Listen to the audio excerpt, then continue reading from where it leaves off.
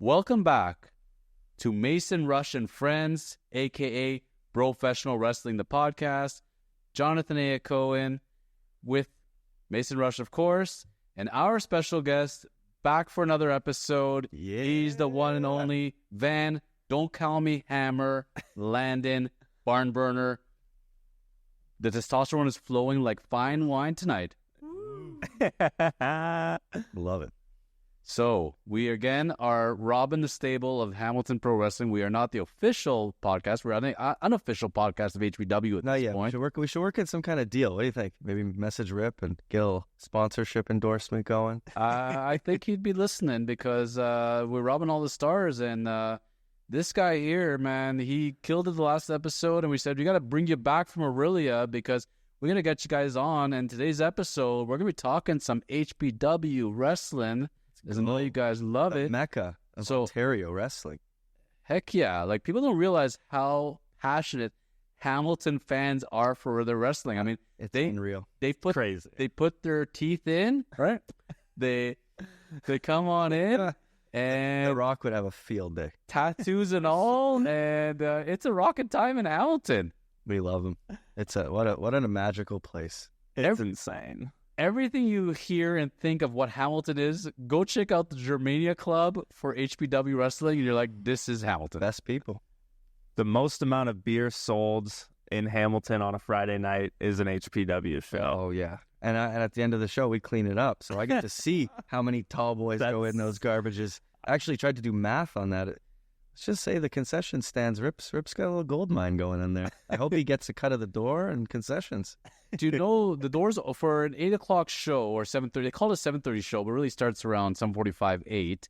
They open the doors, I think, around 6:30. People are lined up probably since 4 o'clock out there. Easily. Might as well just let the doors open because for the first hour of the event, people are still lining up at the concession stand. 100%. Jeez, can you imagine we had tailgating in Ontario, like, man, in that parking lot? Meet and greet before the show. Something like that. A little extra price on the ticket for a meet and greet before. Something like that. Listen, there's worse problems than having too many tickets sold and having to take out merch tables to bring in seating. I am so down for some little VIP meet and greet action. Like that. I saw some reserved signs on some of the chairs. Maybe the reserved comes with a little meet and greet. Who knows? There's always room for growth when you have so many people who love wrestling in Hamilton. They love the stars of HPW. They do. So imagine Germania Club. We had tables set up for like a convention and people coming, signing autographs, having the stars in the ring with an announcer and kind of Q&A style HPW meet and greets before a giant HPW pay-per-view. Funny, I recall talking about this with somebody. Yeah, you know what? Our brains don't shut off. The stars at HPW make their rounds not just Ontario, Canada, States, right? Bruiser was in the States. So why not? Right? We got some not just big names in Hamilton. Van's a star anywhere you go, right? Like, it's not just local. So why not?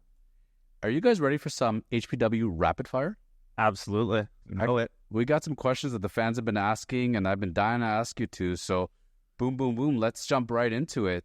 Let's go. First time Van, Landon, and Mason Rush meet, and what was that like, that conversation? Holy, you are jacked. You look like $1 million. You would be my heavyweight champion if I ran a show.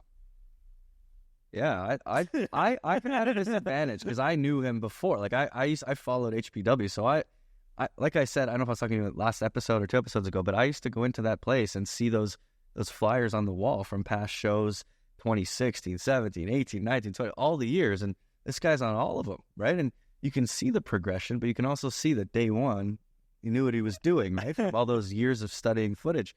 So for me, it was more just like, whoa, you're the guy from the poster. Cool, right? And we talked about my first show. You know, you pull in without a lot of instruction. You kind of, where do we change? Then you go into the locker room. Where can I put my stuff? Right? So you do that. All of a sudden, Van Landon walks in, and you're like, I know that guy. So yeah, so it was cool. And then for him to compliment me, it was cool. But that was the first meeting. Was my first show, I believe. Yes. Yeah. So wasn't Van Landon coming up to you in the dressing room saying, "What's going on, meat," and giving you an elbow in the face? No, that was Bo. That was Bo. Mason, we got a question for you because we've been working on this wrestling idea for a little bit now. So don't know if you noticed or not, but bit of a similarity in looks, Rip Impact and Van Landon. We got this storyline brewing. What do you think about we have Rip Impact's illegitimate son being Van Landon, and we can work a storyline into that? That works. I mean, you'd have to get past the age because I do think they're only 10 or 12 years apart. So that would, I don't know how that would, but Kane and Undertaker, brothers, Ooh. evil brothers. Now you're talking. Mom comes out. Van was always my favorite son. Now you got a real party on your hands. So we do a thing where Rip comes out week to week, talks to Mom, and she keeps mentioning that you have a brother you're not aware of, and all of a sudden turns out it's Van Landon. That's it. And eventually they gang up together, but eventually they turn on each other. That's it. It would explain why we wrestle different styles. He's the high flyer doing the lucha style, and I would just be the bully younger brother that would beat him up. Which is for Mom's affection. That would be the what the matches were for. The greater son. So in the HPW locker room, who's the most serious wrestler? Like, who's the person like least talkative, always very focused, and just dialed in from the second they get in there, never break character, even when they're not wrestling after the event, and they like they're the Lance Storm of HPW locker room. Is there one? Oof. That's a great question. Evan Greenaway, Clay Wilson, Rock Hard Ringler, and Corey Stone. That they are made of stone, those guys. Yep. I four excellent choices. I would say Bruiser, but not when he's out, like in intermission. But when he's ready for a match, with the person he's working with, whatever, maybe they'll talk about it. But I think that he's really focused on what he's doing. He shows up and he's right. I feel like the face paint is like a silent ritual moment for him where he goes over it, and it's he's a good guy to watch warm up because he seems to get in the zone pretty well. It's a good mentality to have, being that focused. Yeah, he's real focused. I mean, again, we all are. We all go. We get ready. We know what's coming and what we're in for. But yeah, everybody's a little different. But yeah, the four that he mentioned, Bruiser, really the vets, the people, right? They've been doing it forever. It doesn't faze you. Just another day at the office. Funniest character in HPW? Oh. Jokester, prankster, lighten the mood. Who's the funny man or funny woman? Are there many of those? There's a couple that are pretty funny. Scott Free is pretty funny. Scott's a good guy. He always seems to have good jokes, make me laugh, and doesn't take himself too seriously. Desmond Troy's a good one. Jokester. Wade Allen is a funny guy. Even from the women's side of things, Octavia Thorne. Yeah, she's an up-and-comer. Keep your eyes on Octavia Thorne. Desmond Troy, they unfortunately lost to the champs. For now. But it's okay. I think hopefully we got some other taking their belts back from Careless Dynasty. And if I could help with that, I will. Oh, yeah. Who would be your Ricochet Award? Who's the high flyer of the bunch? Who is there? We have a bunch. I mean, there's a...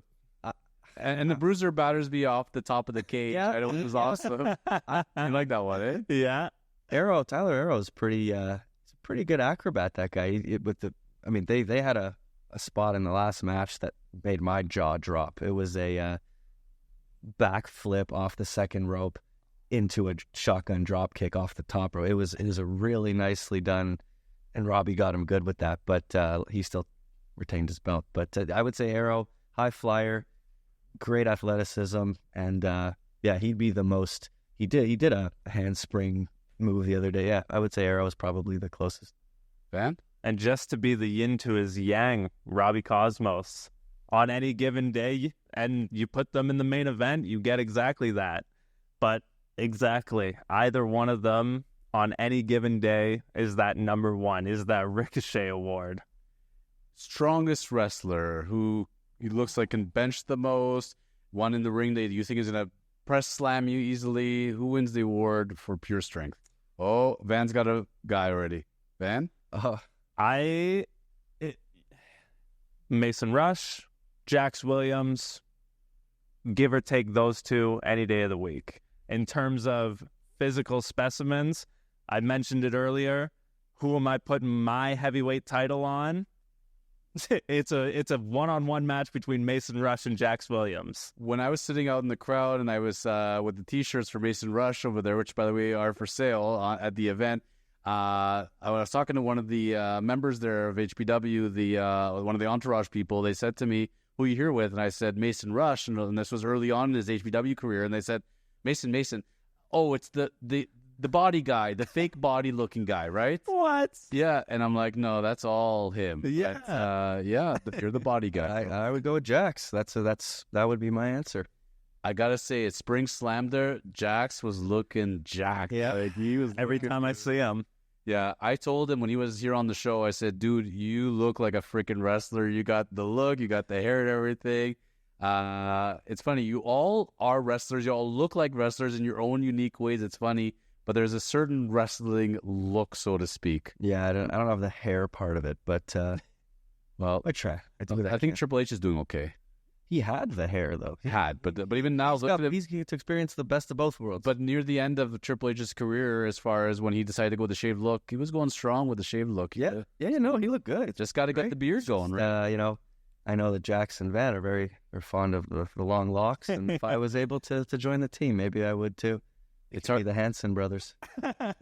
It's hard to make it without the hair or the beard. You got to have one or both when you're in wrestling. Yeah, That's the reality of it. So, Are there any bald, clean-shaven pro wrestler like Vinci has a beard?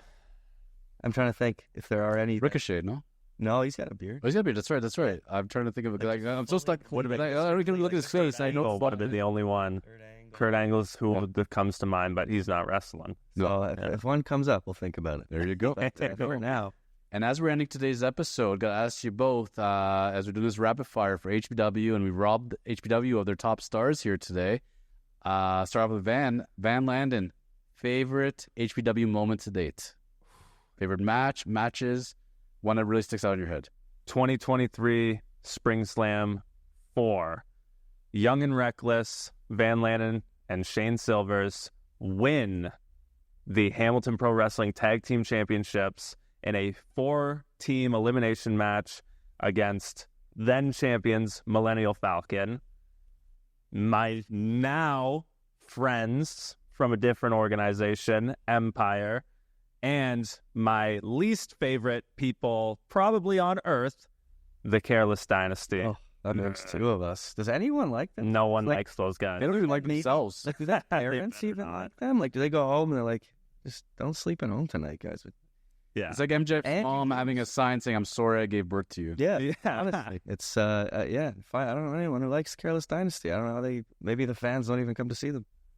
Yeah, they just keep adding members. Mason Rush, favorite HBW moment to date? I know it's still early in the Yeah, career. it's still Broke through early. here, I would but- say honestly, every match I have seems to be my newest favorite moment. So entrance, big pop, beat Junior clean, Oh hit yeah. line finisher, the adrenaline rush on a almost 300-pound man.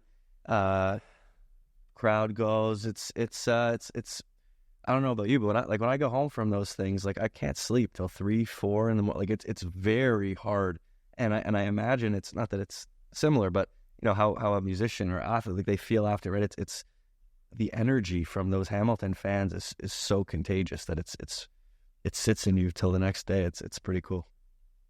This is Professional Wrestling, the podcast, home of Mason Rush, special guest star Van Landon of HPW, Jonathan Hacohen, and we'll be back next week because we're going to be discussing some rapid-fire AEW. So AEW fans, stay tuned. We're going to talk all about AEW and see what these guys have to say on Professional Wrestling, the podcast.